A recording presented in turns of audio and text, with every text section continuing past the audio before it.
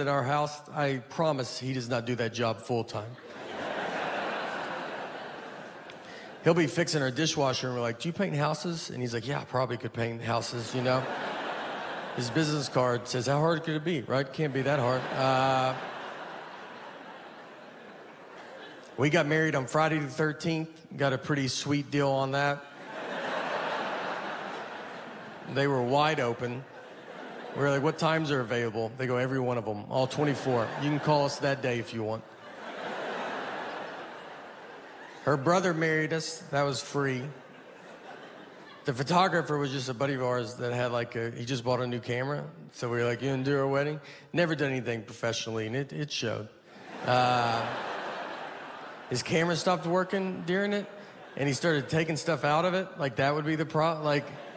It's like, yeah, you know what? I bet they put too much stuff inside of it when they built it. You should yank some of those wires. That's not supposed to be in there like that. Our DJ was awful, and that's because we got my mom to hire the DJ. I don't know who thinks to ask someone in their 50s for DJ recommendations. No one ever is like, Mom, are you in with the local DJ scene by any chance? She hired someone older than her. He just had CDs, and this was when computers were doing real good.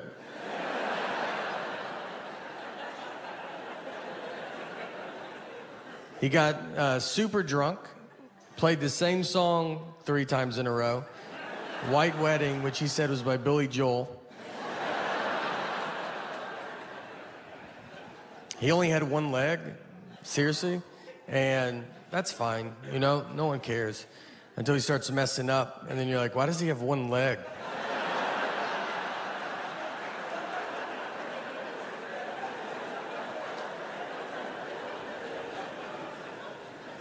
The best wedding I've ever been to was my cousin's wedding. It was a real redneck affair. It was right outside Louisville, Kentucky, where my parents are from. And my cousin's name is Tuesday, which is a good start. The invitation said, Tuesday's getting married, rehearsals Friday, wedding Saturday. People were like, we gotta be there Monday for this wedding? How long is this wedding? It's a week? We get there, I'm wearing a button-down shirt, khaki pants, nothing crazy. I'm wildly overdressed. I look like I work there. Everybody else just has a football or basketball jersey on.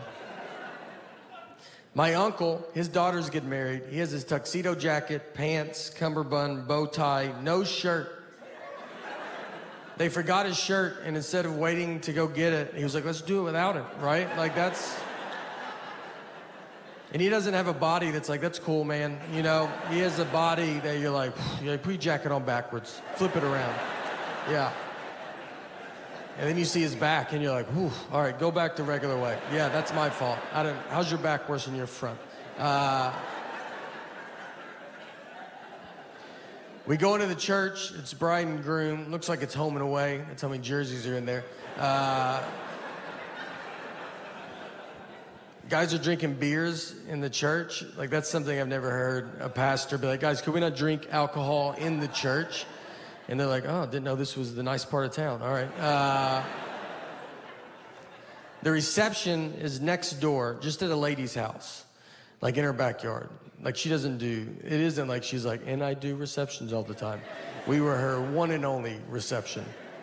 So we walk over. They took a horse and buggy. The horse was the oldest horse I've ever seen. I thought it was a donkey. I thought they got a deal on a donkey. And the guy was like, this horse was in the Kentucky Derby. Like, the first one that they did? Is that Secretariat's father? How old is this horse, man? You know they lay down, right?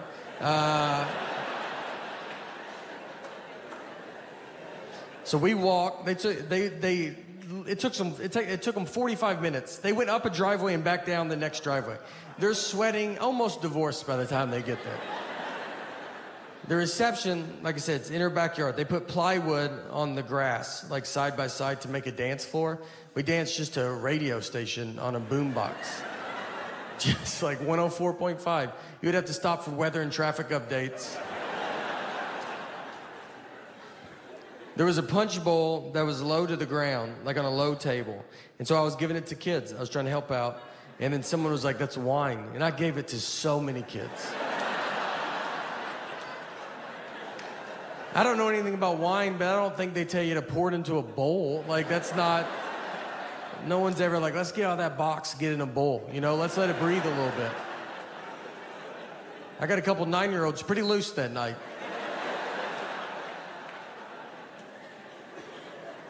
The end of the night comes, everybody's drunk, children, adults, it's across the board. A fight breaks out. We hear some of y'all fight. And I mean, you're sitting there, you got a 50-50 shot. It's not your side of the family. We get over there, it's 100% our side. It's my dad's aunt and an uncle, both rolling around on the ground. They're in their late 70s. He wanted to leave, she did not. So they thought, let's just handle it in front of everybody. She's on top of him, she punches him, he then punches her, and you're like, you can't do that, you know?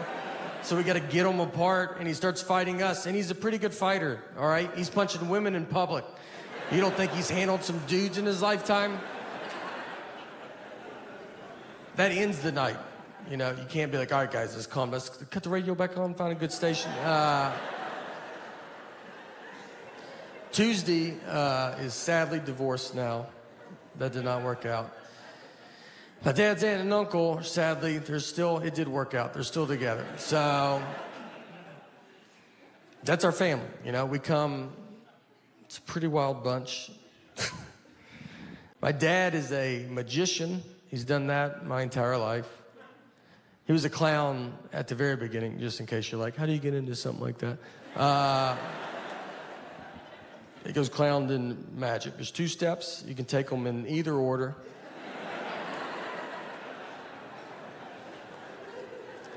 I was born, he was a clown. It was never weird to me. I thought everybody's dad was a clown.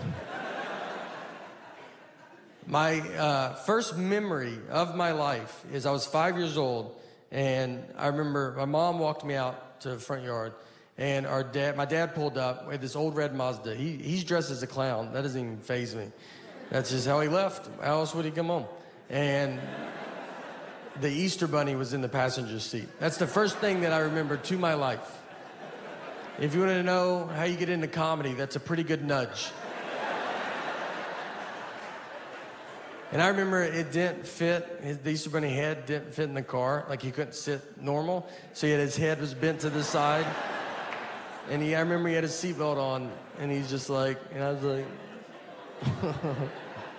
I like to think about all the other people that saw that just in the car next to him, just at a red light. You're like, I didn't even know they hung out like that.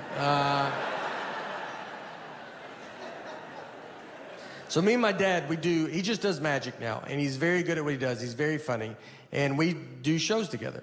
So one time we did this, so magicians have conventions where they get together and they buy and sell tricks, and they give a lecture, and they do this big show. So this guy was putting one together in Des Moines, Iowa, which is the birthplace of magic, something a lot of people don't know. And it's not, but it does sound like it could be. I don't know why. I said that in Des Moines, and people are like, I think I already knew that. They're like, yeah, he's right. So this guy calls me, he's like, your dad's performing this year, so we want you to come down, and we're gonna make you appear out of a magic trick. I'm gonna come out, I'm gonna surprise my dad, surprise the audience, everybody will go crazy, and then I'll do 5 minutes of stand up, and that will end the show. He's like, it's gonna be like a big deal. And I was like, all right, I agreed to it. I fly to Des Moines, I'm hiding, I'm in my room, no one knows I'm there. The show starts, my dad's out performing, I climb in a box backstage. When my dad gets done performing, they ask him to stay and help, and they push the box out. The trick is, the guy's a very pretty lady assistant. She walks around, shows the box is empty, and then she climbs in. Normally it just falls apart, and then she disappears. But now it falls apart, and it's me, and I pop out. And you have to come out big. I don't know if you've ever appeared out of a magic trick, but if you do, you can't just be like, how you doing? You know, like, it's gotta be a big grand, like, can you believe it? And I look at my dad, his face is so surprised, he had no idea. But his eyes are just like, why would you ever do this? And I was like, this is not a good time to visit you. The audience is clapping, but they're not going that crazy. Like, the clapping starts dying down. And as I'm standing there, it's like hitting me. And I was like, I don't think they know who we are. That guy told me they did, and they don't. They don't know that's my dad. They don't know I'm a comedian. This looks like the stupidest trick they've ever seen. It doesn't make sense. Like, they're like, a pretty girl goes in, then just a whatever dude pops out. That's your trick? Your trick is backwards, sir. It's backwards. And now I got to do comedy, but they don't know I'm a comedian, so I get a microphone. They're like, he's going to talk to us now? How long is this trick? And when you do comedy in front of people not expecting comedy, it does not come off as comedy. It sounds like a mean speech. They were just like, get back in the box. Where's the girl? Is she fine? Can we hear from her?